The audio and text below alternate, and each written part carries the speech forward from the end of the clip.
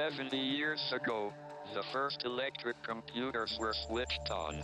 Now, microprocessors are so ubiquitous, the boundaries between the physical and the virtual are starting to blur. Our 5 scientists examine how this is opening up a whole new dimension.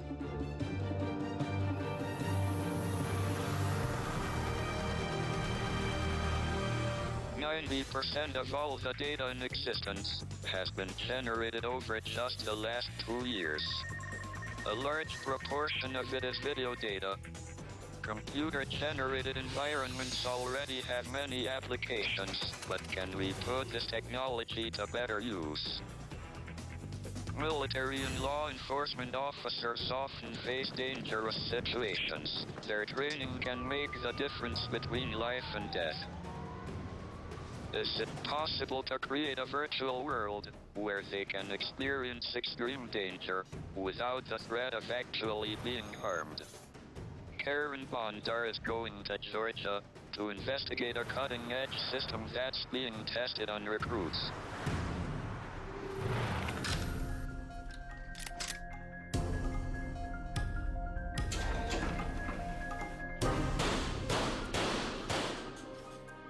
Firearms training is mandatory for any officer on the front line. But on its own, it's not enough. You need teamwork and tactical exercises too. But even after many hours of training, the only way you can really know you're ready is when you come face to face with someone who's trying to kill you. How can any tactical exercise prepare you for that? Karen is about to find out by going face to face with armed killers. This isn't a video game. It's an advanced military exercise. These guys are undergoing a new form of totally immersive combat training. When you see them out here, they're just running around an empty room. It looks very... Yeah, it's the strangest thing.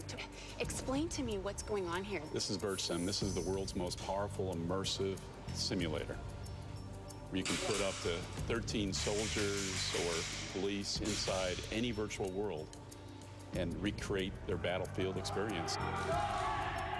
Okay, so set the scene from here. What are we looking at in our virtual world?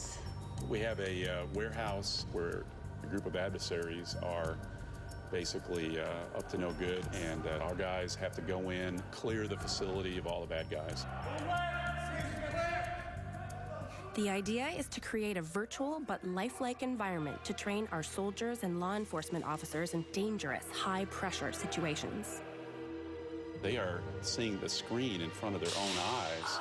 Somebody's been hit. Can he tell that he's been shot? Yes, when you get shot, you get feedback. In a sense, you get a sensory muscle stimulation. This is basically allowing you to say, how are you going to react when somebody is pointing a gun at your face? Yes, and that's really a key point, is that you don't know how people react until somebody points a gun at them. And on a range, you're just shooting at targets you're not being shot back at. And you really see how people perform in a stress environment with VirtSim that you would never see normally. That's what it is. It's the stress. It's giving you that stress. It's putting you somewhere that you don't want to be. One of the reasons we started VirtSim is that almost all of the simulators in the world have always been bought and paid for pilot training. And we've done a great job with planes, but yet almost all of the deaths and injuries in all of our wars have been the soldiers and people on the ground. Right. So this is the simulator for everybody else. Now I'm going to put myself in the firing line to see how well it works. Instead of the usual battle armor, I'm being fitted with a full-body motion tracking kit. So there's these little markers all over the knee pads, all over the feet. Tell me about what the significance of these are. The markers are placed in certain parts of your body so that the cameras will always be looking for those. During your live capture, there will be an avatar that's created based upon the placement of these markers. So it's going to look like me. It's going to look like you in size and dimensions. The markers reflect infrared light to 84 cameras mounted around the ceiling. They determine the position of my body and track the precise movements of my limbs, then send the info to a computer in my backpack. This visor is stereoscopic and will allow me to experience a totally 3D immersive world. The camera's capturing me, sending it to some big server system, transmitting it wirelessly back to my backpack, and that's how the virtual world will see me. Exactly. I couldn't have said it better myself.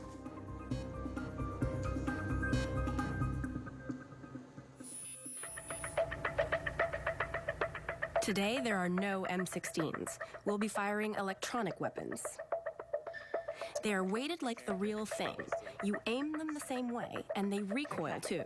Through this door, I see... Time for some target practice before the exercise. Did I get him? Nope. Oh, shoot. High and left. Okay, thank you. Did I get him? No.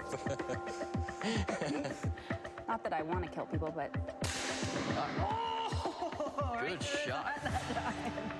This whole experience, it's completely playing with my senses, and I'm feeling like I'm there. The fact that the pistol feels so real when you're shooting it, and that everything moves where you move, it's completely real. It's messing with my mind utterly. Vert Sim is about as close as it gets to experiencing the front line without actually being there. Now Karen is about to feel how extreme virtual danger can be. My scenario. Armed individuals have been spotted in an apartment complex. So it's going to be a matter of you going through, clearing the building, room by room. Shots have been fired and a hostage taken. A SWAT team is sent in to assist me. Each of us has an avatar that mirrors what we do, and they can all interact with each other. Okay, Karen, follow me. Okay. Stay really close.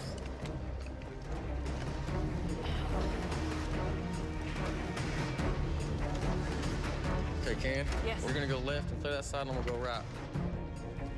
Okay, bathroom, clear. All right, you clear that first one. All right, we'll move up to the next bedroom on the left. Right behind you. Clear? Yeah, All clear. right, we'll move out to the stairwell. Okay. It's crazy how scared I am right now. All right, you watch behind us, and I'll watch behind. Oh. What do you got, Karen?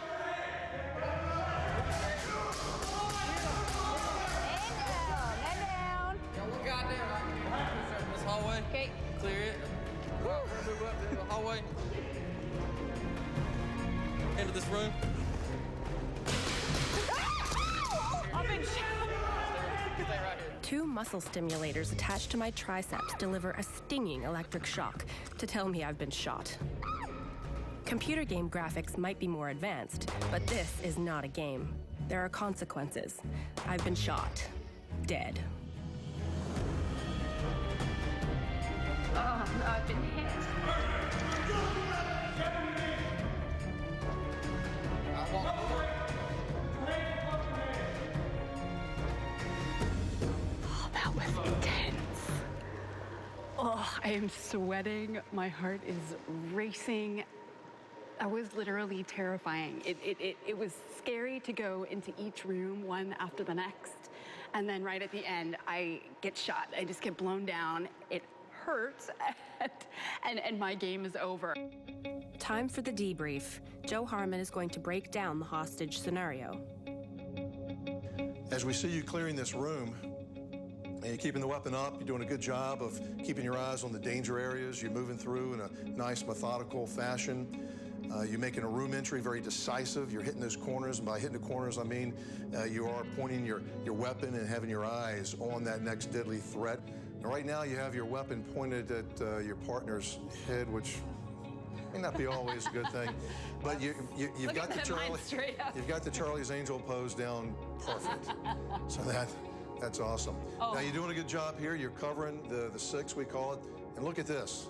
Now this, I was actually amazed, as others were, that you engaged him so quick. Look at your stance. You actually got into an aggressive stance as you would in a natural fight or flight situation. And you did an awesome job, Karen. Playing back the scene like this is a primary instruction tool for combatants. And this kind of feedback and simulated training could be used in all kinds of other applications, from sports coaching to practicing complex surgical procedures. Now here's where you were shot. Do you have any inclination as to why you may have been shot first?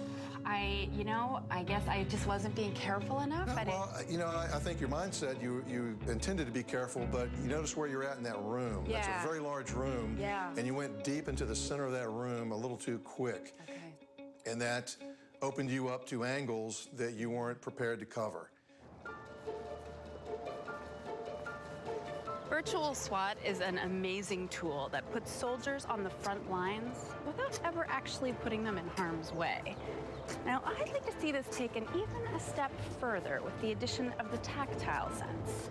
Now, imagine being able to feel those walls, to actually feel rocks crunching under your boots. They're actually working on this technology, and it could be ready as early as 2015. Now, that's a digital world I would love to see.